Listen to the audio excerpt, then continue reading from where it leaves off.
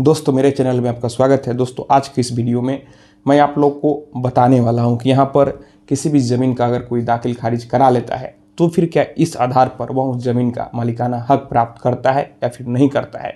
तो आज के इस वीडियो में मैं केस लॉ के सहारे इस चीज़ को क्लियर करने वाला हूँ। तो अगर आप इसे जानना चाहते हैं तो फिर आप इस वीडियो में अंत तक बने रहें, और अगर आप मेरे चैनल पर नए हैं तो फिर चैनल को सब्सक्राइब करके बेल आइकन को भी प्रेस कर लीजिए, ताकि मैं जब भी कोई ऐसी इन्फॉर्मेटिव वीडियो आप लोग के लिए अपलोड करूं तो फिर आप लोग को उस वीडियो की नोटिफिकेशन मिल सके। दोस्तों आज मैं जिस केस के बारे में बताने वाला हूं उस केस का नाम है Jitendra Singh versus state of MP यानी मध्य प्रदेश। इसका रीट पिटीशन नंबर 20753 है। तो यह जो केस का नाम है Jitendra Singh versus state of Madhya Pradesh 2021, writ petition number 20753। तो यहाँ पर कई लोगों को लगता है कि यहाँ पर जो दाखिल खारिज होता है वह मालिकाना हक को दिखाता है। तो यहाँ पर मैं क्लियर कर दूं कि जो दाखिल खारिज होता है वह मालिकाना हक को नहीं दिखाता है। यहाँ पर दाखिल खारिज से यही क्लियर होता है कि आप उस ज़मीन पर भी वर्तमान में रह रहे हैं और फिर आप उसका टैक्स जो है पे कर रहे हैं। मैंने जो केस बताया उस केस में एक महिला ने एक व्यक्ति को वसीयत कर दिया और उस वसीयत के आधार पर वह व्यक्ति दाखिल खारिज के लिए अप्लाई करता है और उसका दाखिल खारिज हो जाता है। लेकिन वह महिला ने जो वसीयत बनाया उसी का यहाँ पर दूसरा उसका भी उस ज़मीन में शेयर था, वह उस दाखिल खारिज को ऑब्जेक्शन करता है। वह सीओ के पास ऑब्जेक्शन करता है, लेकिन सीओ उसके ऑब्जेक्शन को इनवैलिड कर देता है। फिर वह व्यक्ति यहाँ पर DCLR कोर्ट जाता है, लेकिन वहाँ भी उसके एप्लीकेशन को यहाँ पर रिजेक्ट कर दिया जाता है।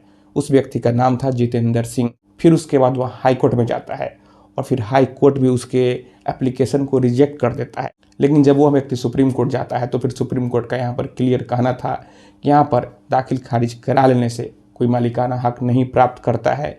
यहाँ पर दाखिल खारिज कराने से केवल यही दिखता है कि आप यहाँ पर उस ज़मीन पर रह रहे हैं और आप उस ज़मीन का यहाँ पर टैक्स पे कर रहे हैं। यहाँ पर दाखिल खारिज मालिकाना हक को नहीं दिखाता है। और फिर यहाँ पर कोई भी वसीयत बनाने से वो वैलिड नहीं होता है। उस वसीयत के आधार पर आपको टाइटल मिलेगा। इसके लिए ज़रूरी है कि आप उस वसीयत को प्रोबेट करा लें, तभी यहाँ पर उस वसीयत के सहारे आप टाइटल प्राप्त कर सकते हैं। तो अब यहाँ पर सवाल उठता है कि क्या आप कोई ज़मीन रजिस्ट्री कराते हैं तो फिर क्या उस ज़मीन का दाखिल खारिज नहीं कराना चाहिए। तो दोस्तों आपको यहाँ पर दाखिल खारिज जरूर कराना चाहिए। अगर आप दाखिल खारिज नहीं कराते हैं तो यहाँ पर आप ही का नुकसान होगा, क्योंकि अगर आप दाखिल खारिज करा लेते हैं और कल को आपको लोन लेना हो ज़मीन पर होता है तो फिर यहाँ पर बैंक आपसे लगान रसीद मांगता है, और लगान रसीद तभी कटेगा जब आपका दाखिल खारिज रहेगा। या फिर अगर आप KCC कराते हैं तो उसमें भी यहाँ पर आपका दाखिल खारिज होना चाहिए।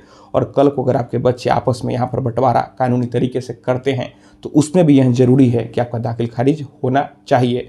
और अगर कल को आप वह ज़मीन को बेचना चाहते हैं तो फिर जो भी व्यक्ति आपसे वह ज़मीन खरीदेगा, अगर वह ऑनलाइन सर्च करेगा, आपका जमाबंदी नहीं दिखेगा, आपका नाम नहीं दिखेगा, तो फिर वह उस ज़मीन को नहीं खरीदेगा। तो यहाँ पर कहने का मतलब यह है कि दाखिल खारिज अगर नहीं होगा तो आप उस ज़मीन को बेच भी नहीं सकते हैं, आपको लोन भी यहाँ पर नहीं मिलेगा। दोस्तों मैं आशा करता हूँ आपको ये वीडियो पसंद आई होगी। अगर मन में कोई भी सवाल है तो आप नीचे कमेंट बॉक्स में कमेंट करें, और अगर आप हमसे सीधे जुड़ना चाहते हैं, फ़ोन से बात करना चाहते हैं, मन में कोई भी सवाल है तो फिर आप हमें इंस्टाग्राम पर फॉलो करें। मेरा इंस्टाग्राम पर वही यूज़र नेम है Pritesh1584।